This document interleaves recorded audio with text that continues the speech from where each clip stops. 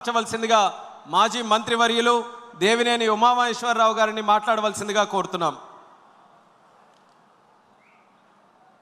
జాతీయ పార్టీ అధ్యక్షులు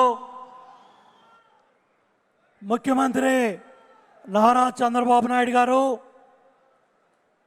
జాతీయ ప్రధాన కార్యదర్శి లోకేష్ బాబు గారు, వేదిక మీద ఉన్న అతిరథ మహారథులు, వేదిక ముందున్న తెలుగుదేశం పార్టీ కుటుంబ సభ్యులందరూ కూడా హృదయపూర్వక నమస్కారాలు. ఉమ్మడి ఆంధ్రప్రదేశ్లో రైతు పోరుబాటలో 3280 కిలోమీటర్లో పాదయాత్ర చేసి రైతుల గిట్టుబాటు ధర, రైతుల సమస్యలకి పరిష్కారం కావాలని నారా చంద్రబాబు నాయుడు గారు ఉభయ రాష్ట్రాల్లో అన్ని జిల్లాల్లో కూడా పాదయాత్ర చేస్తూ 2013లో 2014లో పార్టీని అధికారంలో తీసుకొచ్చారు.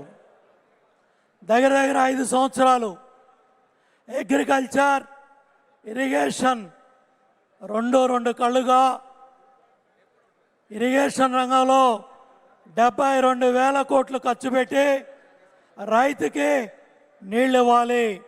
రైతుకి గ్యారంటీగా నీళ్ళు ఇస్తే దిగుబడులు వస్తాయి, సకాలంలో నీళ్ళు ఇస్తే పంటలు పండుతాయని ఆ విధంగా 5 సంవత్సరాలు వ్యవసాయ రంగాన్ని, ఇరిగేషన్ రంగాన్ని ముందు పరిగెత్తిస్తే 5 సంవత్సరాలు జగన్ రెడ్డి పరిపాలనలో గండికోటలో 15 నుంచి 20 టీఎంసీ నీళ్లుంటే 1 ఎకరానికి కొత్తగా ఆయకట్టుకి నీళ్ళు ఇవ్వలేని జగన్ రెడ్డి రైతు గురించి మాట్లాడే అర్హత నీకుందా అని కడప గడ్డ మీద నిన్ను ప్రశ్నిస్తా ఉన్నా. రైతు గురించి మాట్లాడే నైతిక అర్హత నీకుందా? మిర్చి రైతు దగ్గరికి వెళ్ళి శోకాలు పెట్టావు. చంద్రబాబు నాయుడు గారు రామ్మోహన్ నాయుడిని, చంద్రశేఖర్ని, మంత్రులందరినీ కూడా తీసుకెళ్ళి కేంద్ర వ్యవసాయ శాఖ మంత్రి దగ్గర మిర్చి రైతుకి రేట్ వచ్చే వరకు కూడా అన్ని చర్యలు తీసుకున్నారు. పొగాకు రైతుకి కష్టం వస్తే కంపెనీలన్నింటినీ కూడా పిలిపించి ఆ సమస్య పరిష్కారం చేసి పొగాకు రైతుకి రేట్ ఇమ్మని చెప్పి చెప్పడం జరిగింది.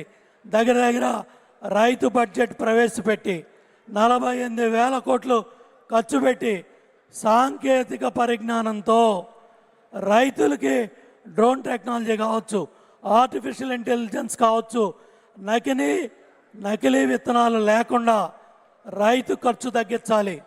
పెట్టుబడులు ఎక్కువైపోయాయి. ఇటు పత్తి కావచ్చు, మిర్చి కావచ్చు, చాలా పెద్ద ఎత్తున రైతుల పెట్టుబడులు బాగా పెరిగిపోయాయి. దానికోసమే ఇవాళ ఆధునిక సాంకేతిక పరిజ్ఞానం అంతా కూడా బిల్ గేట్స్ ఢిల్లీ వచ్చిన, రాష్ట్ర ప్రభుత్వం ఒప్పందాలు చేసుకున్నా అవన్నీ కూడా గ్రామీణ ప్రాంత రైతుకు ఉపయోగపడాలి.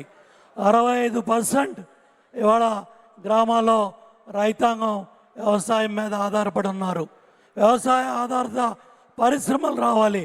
లోకేష్ బాబు 3,132 కిలోమీటర్లో పాదయాత్ర చేసి రాయలసీమ డిక్లరేషన్ ఈ గడ్డ మీదే, ఈ రాయలసీమలోనే ప్రతి ఎకరాకి నీళ్ళు ఇస్తాం, ప్రతి ఎకరాకి నీళ్ళు ఇవ్వటమే కాకుండా రాయలసీమని హార్టికల్చర్ అప్ చేస్తామని చెప్పారు. ఇవాళ బెంగళూరులో ఇంజనీర్లు వచ్చి బ్రహ్మాండంగా లక్షల రూపాయలు, ఇటు అనంతపురం జిల్లాలో బ్రహ్మాండంగా హార్టికల్చర్ రంగంలో ముందుకెళ్తా ఉన్నారు. ఆ కేస్ స్టడీస్ అన్నీ కూడా గ్రామీణ ప్రాంత మన అన్నదమ్ములకు వెళ్ళాలి, మన రైతు సోదరులకు వెళ్ళాలి. ఈ చర్చ జరగాలి. 9 సంవత్సరాలు ఉమ్మడి ఆంధ్రప్రదేశ్లో ముఖ్యమంత్రిగా ఉన్నప్పుడు మార్కెట్ ఇంటెలిజెన్స్, మార్కెట్ నెట్వర్క్, వ్యవసాయ మార్కెట్ యార్డులు, వ్యవసాయ పరపతి సంఘాలు ఇవన్నీ కూడా డిజిటలైజేషన్ చేయటమే కాకుండా చంద్రబాబు నాయుడు గారు ఉమ్మడి ఆంధ్రప్రదేశ్లో రైతాంగాన్ని అంతా కూడా పరిగెత్తిచ్చారు. మళ్ళీ అదేవిధంగా ఇవాళ గిట్టుబాటు ధరలో ఇందాక అచ్చెన్నాయుడు గారు చెప్పినట్టుగా దగ్గర 1,674 కోట్లు జగన్ రెడ్డి బాకీ పెట్టి వెళ్తే ఆ డబ్బులు కట్టడమే కాకుండా 24 గంటల్లో ధాన్యం పండించిన రైతుకి 24 గంటల్లో 13,000 కోట్ల రూపాయలు రైతు అకౌంట్లో డబ్బులేసి రైతుకు ఒక ధైర్యాన్ని తీసుకొచ్చారు. ఇవాళ పామాయిల్ కావచ్చు, మొక్కజొన్న కావచ్చు, కోకో కావచ్చు, పొగాకు కావచ్చు, లేకపోతే మిర్చి కావచ్చు, పత్తి కావచ్చు, ఏ పంట, టమాటా కావచ్చు, ఏ పంట ఏ రైతుకు ఏ కష్టం వచ్చినా కూడా ఎమ్మటే చంద్రబాబు నాయుడు గారు స్పందిస్తూ ఉన్నారు.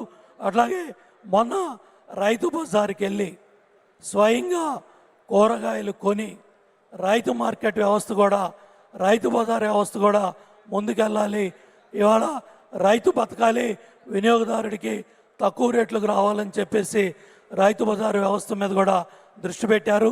ఏదేమైనప్పటికీ కూడా రేపు రాబోయే రోజుల్లో రైతే రాజు కావాలి. రైతు బాగుంటేనే రాజ్యం బాగుంటుంది అని నమ్మే వ్యక్తి చంద్రబాబు నాయుడు గారు. రైతు బిడ్డగా రైతు కష్టం ఏంటో తండ్రి వ్యవసాయం చేసేటప్పుడు ఆ కష్టాలన్నీ చూసి పెరిగిన వ్యక్తి, చూసి కష్టాలన్నీ కూడా అనుభవంగా చేసుకొని 14 సంవత్సరాలు ఏదైతే ముఖ్యమంత్రిగా ఆయన పడ్డ కష్టం కావచ్చు, 3 దశాబ్దాలు 30 సంవత్సరాలు ఆయన దగ్గర కార్యకర్తగా పనిచేశాను, శాసనసభ్యుడిగా పనిచేశాను, 20 సంవత్సరాలు శాసనసభ్యుడిగా పనిచేసి 5 ఏళ్ళు మంత్రిగా చేసి రైతు కష్టాల్లో ఉన్నప్పుడు, రైతు బాధల్లో ఉన్నప్పుడు, ఆంధ్రభవన్లో నిరవధిక నిరాహార దీక్ష చేసేటప్పుడు మేం పడ్డ అవమానాలు కావచ్చు, ఆ రోజు లాఠీ దెబ్బలు కావచ్చు. లోకేష్ బాబు కూడా స్వయంగా చంద్రబాబు గారి కష్టాన్ని ఆ రోజు నిరవధిక నిరాహార దీక్షలో చూశారు. రైతు పోరుబాటులో కూడా అర్ధరాత్రి అపరాత్రి కాలుకి దెబ్బలు తగిలినా కూడా కాలు ఇచ్చుకుంటూ జగేపేటలో చెవిటికల్లో ఆయన కాలు వేలుకు చెందిన రక్తం అంతా కూడా కట్లు కట్టుకున్నప్పుడు చూసిన వ్యక్తులం మేము. కాబట్టి తప్పకుండా రేపు రాబోయే రోజుల్లో ఏదైతే ఈ సంవత్సర కాలంలో రైతు జగన్మోహన్ రెడ్డి చేసిన విధ్వంసాన్ని సరిదిద్ది ఈరోజు చంద్రబాబు నాయుడు గారు రైతు కష్టాలు లేకుండా రేపు రాబోయే రోజుల్లో పోలవరం, బనకచర్ల పూర్తి చేసి ఏ విధంగా పట్టిసీమ ద్వారా కృష్ణా డెల్టాని బతికిచ్చారో, మచ్చుమర్రి ద్వారా రాయలసీమను బతికిచ్చారో, అదేవిధంగా పోలవరం, బనకచర్ల ద్వారా గోదావరి జలాలు కూడా రాయలసీమ ప్రాంతానికి వస్తాయి. గోదావరి జలాలు కూడా ఆంధ్ర రాష్ట్రం అంతా కూడా తీసుకెళ్లాలనే పట్టుదలతో, సంకల్పంతో చంద్రబాబు నాయుడు గారు చేస్తూ ఉన్న కష్టానికి గట్టిగా గట్టిగా జై చంద్రబాబు, జై చంద్రబాబు, జై చంద్రబాబు, జోహార్ ఎన్టీఆర్.